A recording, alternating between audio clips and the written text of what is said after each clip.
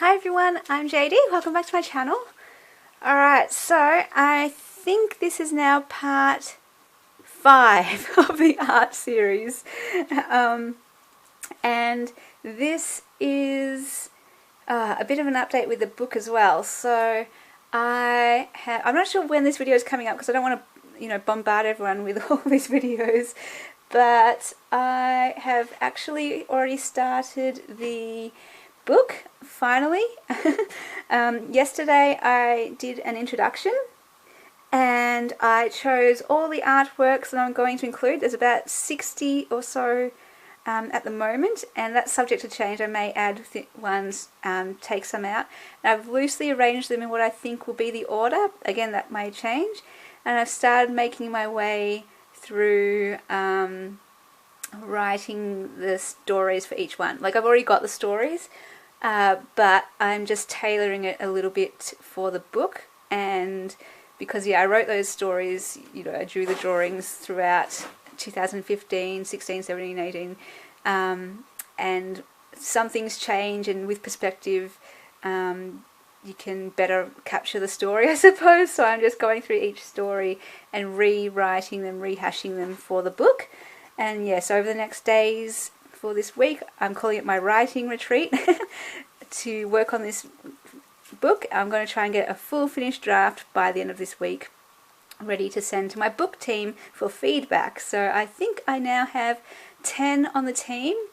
I'm open to having more if that would be good. I guess because the more feedback and to see if it's resonating with more people. Whatever. If you want to be on the book team, let me know. Just send me a message or email me or whatever. So I've set up that Facebook group for that, and I'll also share artworks and stories there and do votes and polls things because I need help with things like vote for a title, and I'll have some options. You can vote for the title and all this kind of stuff. Anyway, if you really believe in this project and want to get behind it and support it, feel free to send me a message to be part of the team and help out in any way you can. There's lots of different ways to help.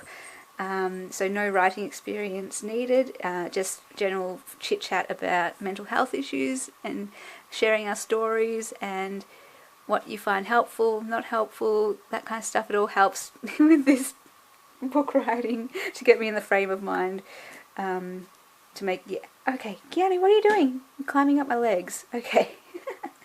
Alright, so this one I already shared in my previous, one of my previous videos about my art journal cards. I believe it was the Faith series, I think. I've got 2 Faith series. But I'll link below the playlist where you can check those out. And they're also available as art journal cards on my Etsy if you're interested as well. And all of that will be raising money for publishing the book with any sales of my art journal cards from now on. And we've got a bit of a fundraiser thing coming up for that too, which I'll announce in a different video, but yeah. So this one's called Heaven on Earth, and the quick version is, at the time when I was really struggling with depression and anxiety, I felt like, I shared in previous pictures how I would be just kind of a ball of pain. Just that was all I felt, and I just felt the world's pain or everyone's pain. And Keanu, oh my goodness! All right, we've got to break that pattern out of you. My goodness, he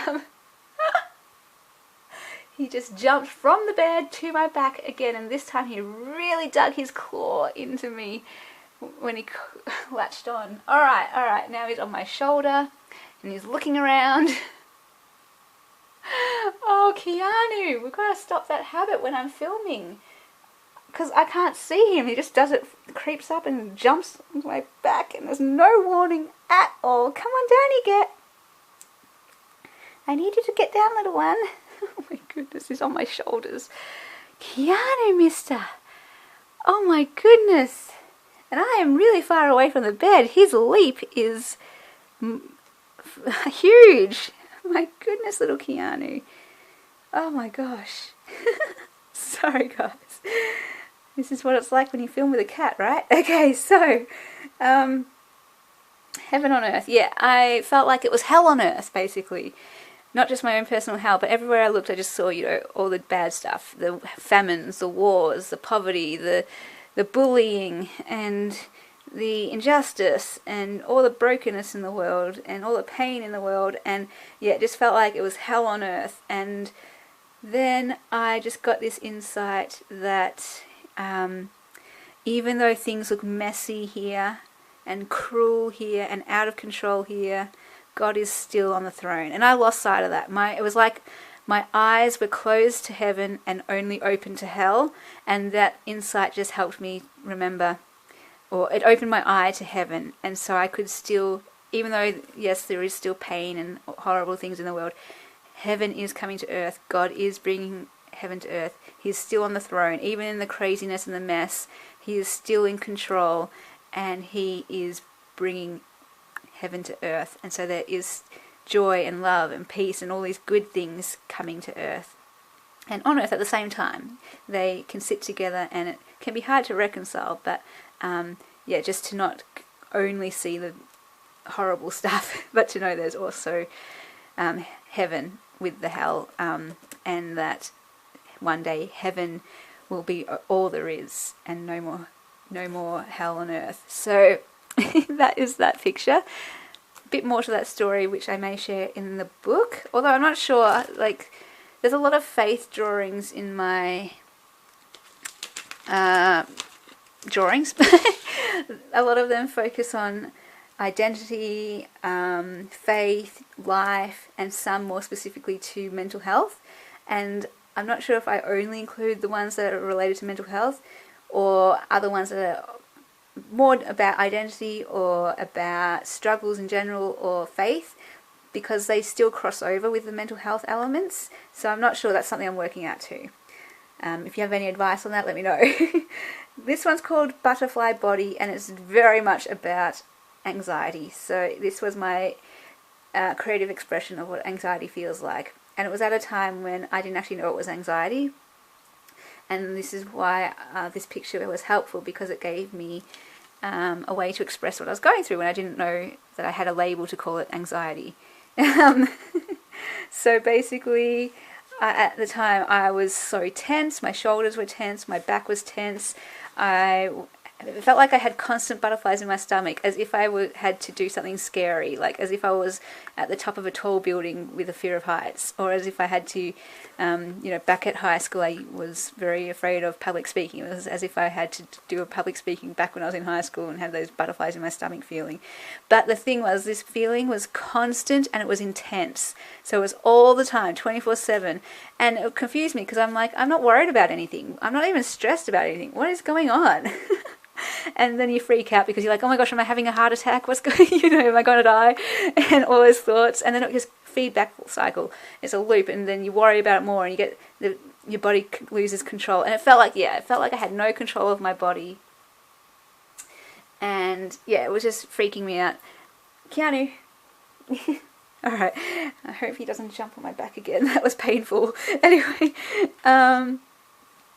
So that was just an expression of it, and to know it's okay that when you feel this way, to let it just come and go. And if you worry about it, it just makes it worse. So now if I ever catch myself feeling anxious, I just go, this is okay. I can feel anxious. Let it come, let it go. And don't focus on it. It doesn't deserve my attention. It doesn't need me to give it all my attention. I can focus on other things, and then eventually it will just go.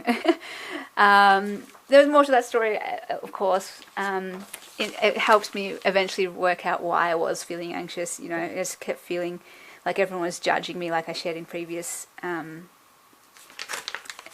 videos with this series. So I was always anxious for that reason, just feeling like everyone was judging me, and because of my self-hatred and everything that was just in me and constant, so therefore I felt that tension and anxiety.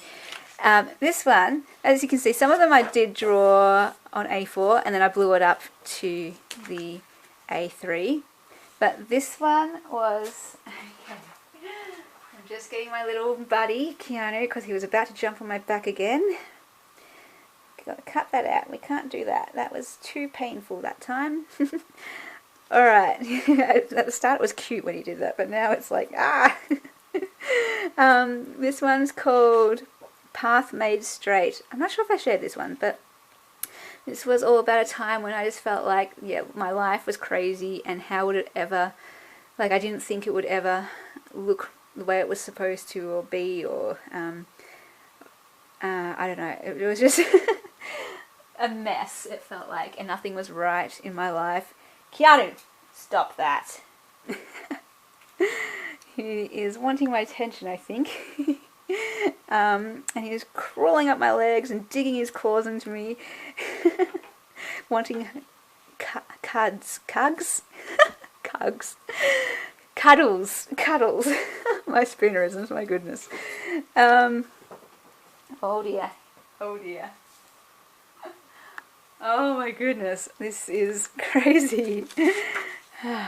Okay, so I just had this moment of insight that God is in the business of making paths straight. He, like, my rainbows to me symbolize his promises, and to me, yeah, the promises, the rainbow is all messed up and crazy here, and it felt like, yeah, I couldn't see those promises, it was all just crazy, but he makes the path straight, and that's a promise. Like, no matter how crazy and twisted and warped my life looks, he is making my path straight. And that goes for the whole of the world. He's making the whole world's path straight. You know, it looks crazy in the world, messed up, but he is making the whole world's path straight. I don't know if I want to share these ones, because these are two drawings that I didn't put a lot of effort into, as you can see, and so they're not really what I would share, but the story behind them anyway. I want to redo these and make it actually put in the effort. This was just me going, I need to get something out, and this is what happened.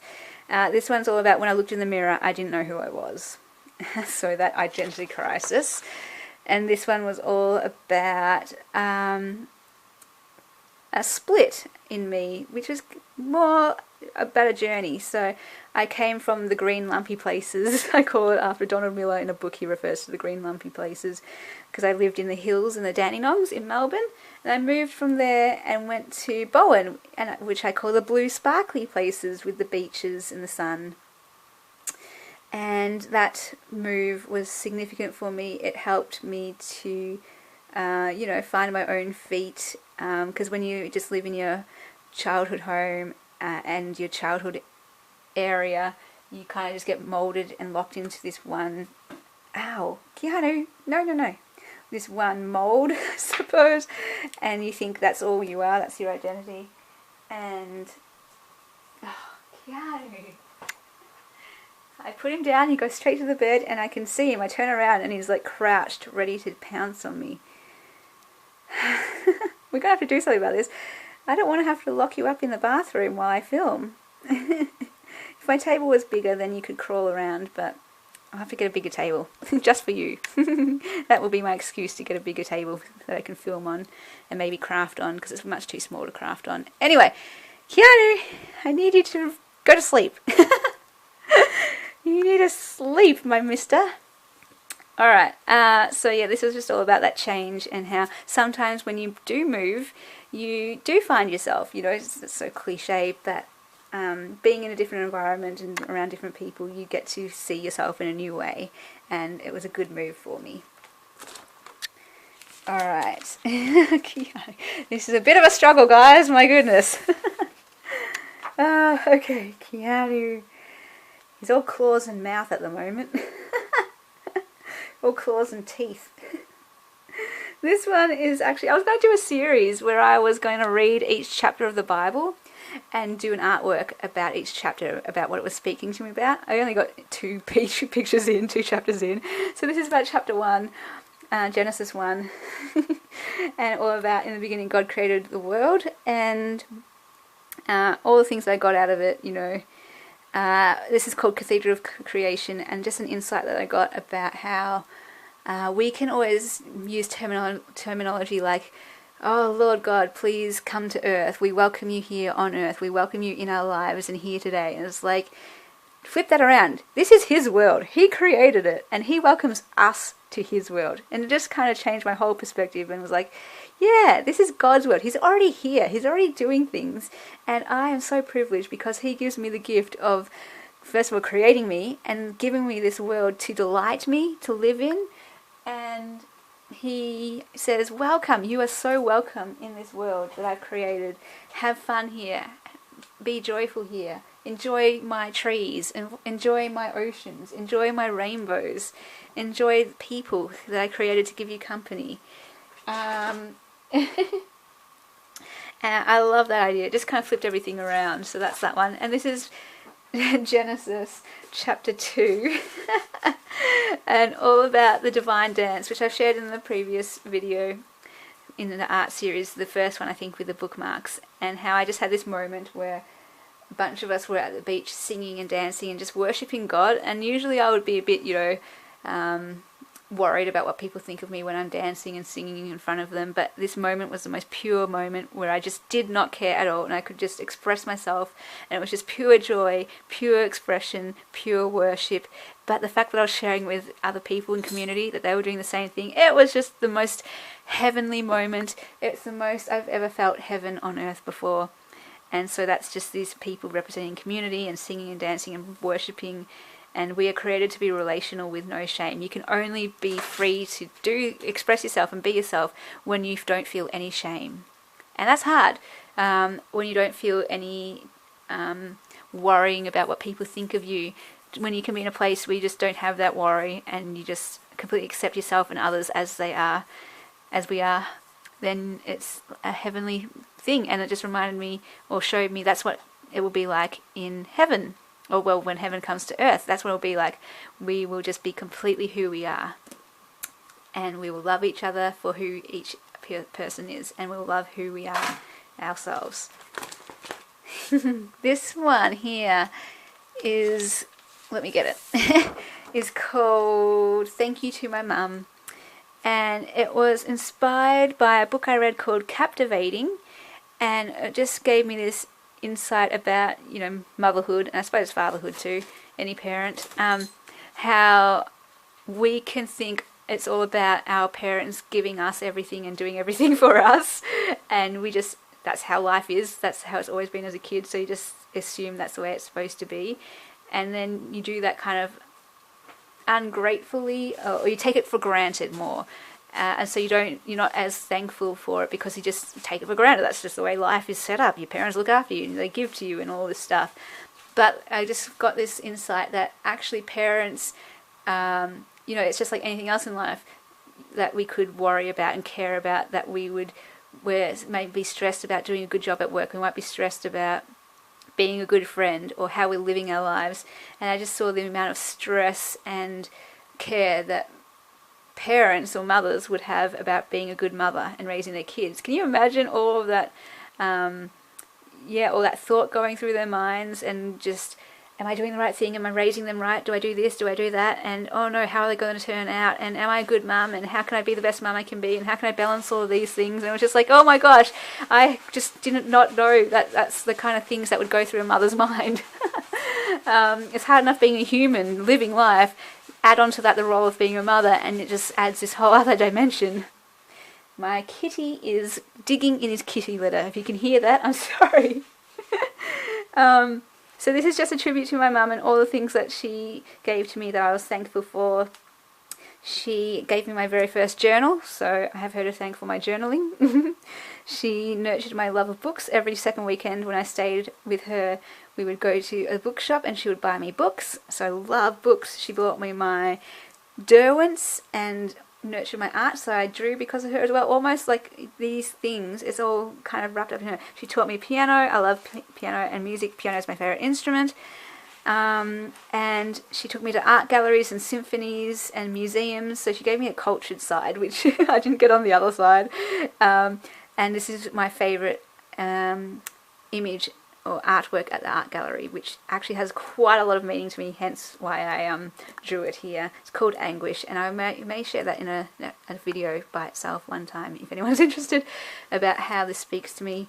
And then, yeah, we used to garden together, and she gave me suppers where every night when I stayed at her house, she would make me a hot chocolate milk with sugar around the rim of the glass, with some chocolate biscuits, chocolate chip biscuits, and a Gullion chocolate. I mean, how lovely is that? So that's a tribute to my mum, and I actually wrote a book about that connects with this image, this drawing. Well, I'll link it below if anyone's interested. It's on Amazon as a ebook, and it's called To and From Mother, and it's a tribute to motherhood. And basically I got a whole bunch of people from around the world of different ages sharing letters to their kids or to their mother.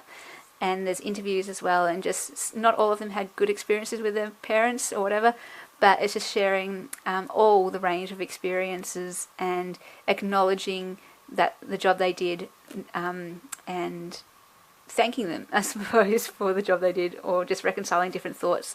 So mothers also are sharing their thoughts on motherhood and their struggles and that kind of thing in this book too, if anyone's interested.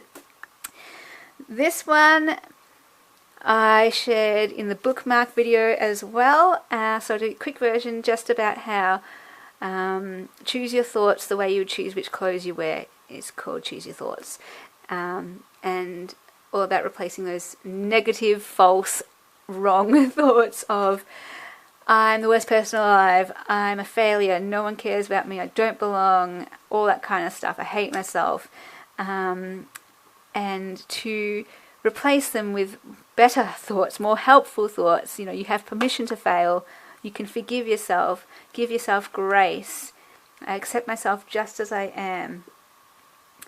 And again, it sounds so cheesy and airy-fairy, and I used to push hard back against this and just be like dismissive against it. Not push hard, that's a bit strong. I was dismissive of it and just was like, no, I don't need that. But when I was in that place of just tearing myself to shreds with my thoughts, for my own sanity and survival, I needed to get really serious about pulling myself up on my thoughts. So anytime I had a thought, I hate myself, I had to just go, wait a second, God loves me. And if I said, oh my goodness, Keanu, you just jumped from my bed again. Luckily, his claws went into my clothing and not my skin. Oh my goodness. Anyway, you get the idea of that one. So, alright, maybe will you go to sleep now? You've had a big run around. After he has a big play, he gets very tired.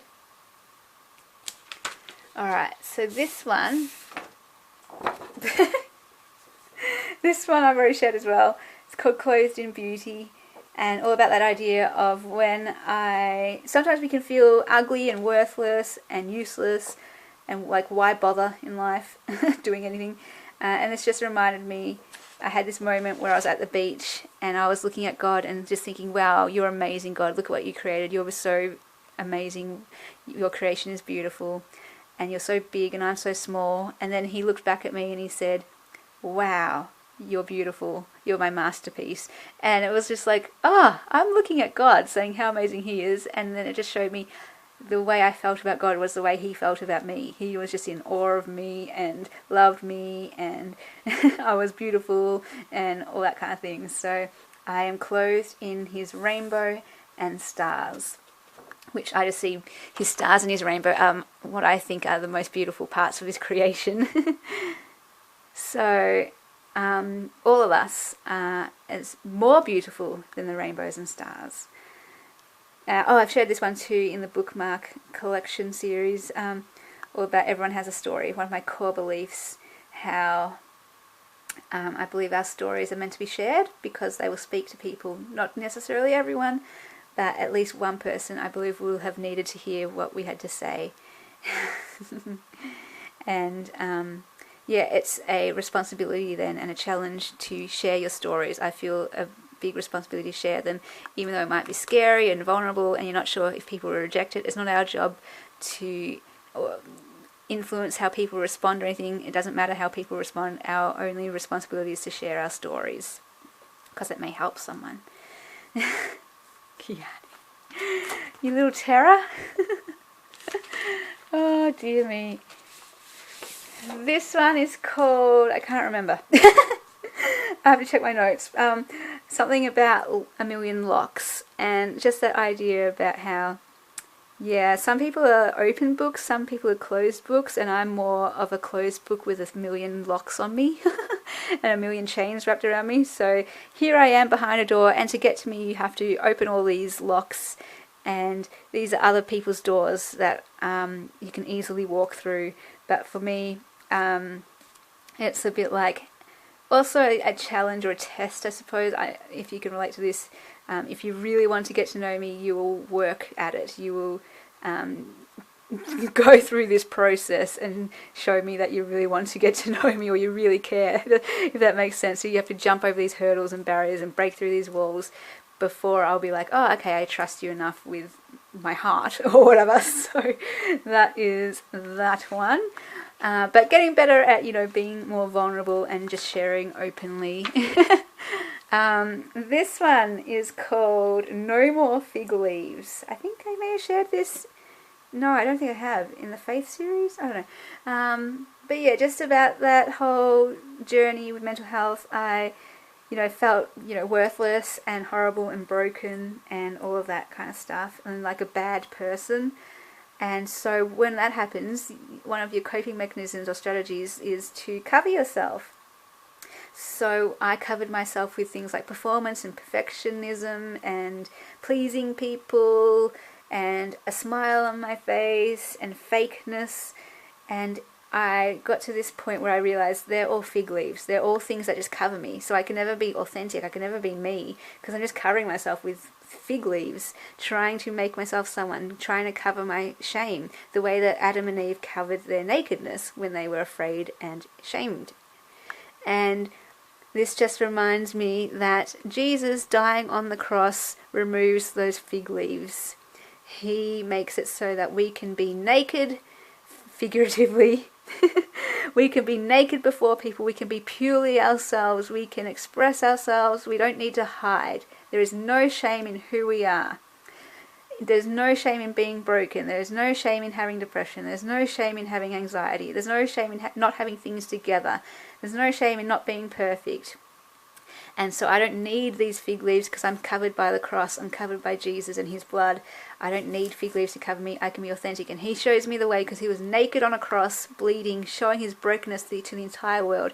He did not cover his brokenness with fig leaves. He didn't cover his mess and his sin, because he became sin. He didn't cover it up. He didn't try to hide his pain. And yeah, I tried to hide my pain. I tried to hide my brokenness from the world, trying to be strong, all that, try to have it all together. And that just is a symbol to me for everyone to be real, to not be hiding at all. There's no reason to hide. There's no shame. Who we are is just fine with all our thoughts and feelings. This one I know I shared in my Faith series. It's called Fierce Love, and it was just this moment, in the depths of my depression, when you feel just so worthless and so much self-hatred. I thought, it felt like I hated myself so much that how could God love me, in a way? Like how could God's love, sorry, getting Keanu on the floor again. How could God's love penetrate through my own self-hatred? And then I was reading Eat, Pray, Love, and God spoke to me through that book, and I felt God's love roaring over me like a lion, and it just showed me his love is stronger than anything, is stronger than my self-hatred. And my self-hatred was so strong that I was like, nothing can be stronger than my self-hatred.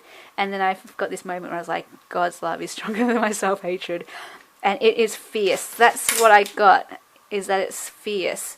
And he is fighting. He will drive away the darkness. He will drive away the self-hatred, because his love is completely fierce and stronger than that. So that's that one. I shared this one too in the bookmark series. This is called Doors, and it came out of the very start of my journey into depression and anxiety. There were a few things that led to the full-blown depression and anxiety, and one of the things that led to it was what looks like an opportunity, what looks like an open door, and you get excited when there's an opportunity. You're like, yes, I'm so excited, and then when it slams shut in your face, and you feel kind of humiliated, you feel rejected, you feel disappointed and discouraged. Oh, sorry about that, guys. I completely lost track of the time.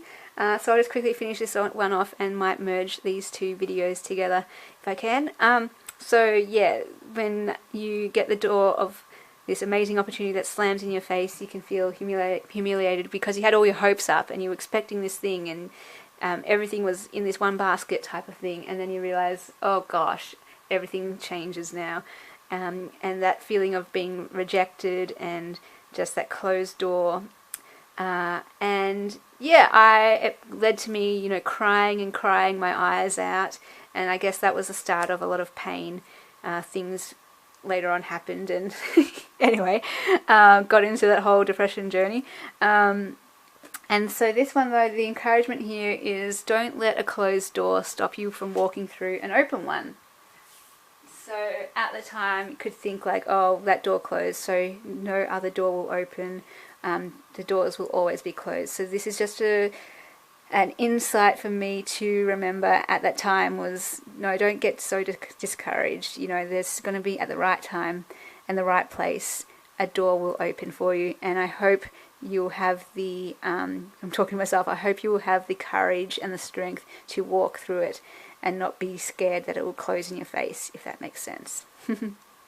Alright, well, yeah, I'll stop it there so that I can merge these two videos and it won't take hours and hours. Maybe it will take 2 hours. And then I'll put this video up, and yeah, I'll see you guys in the next video. Bye!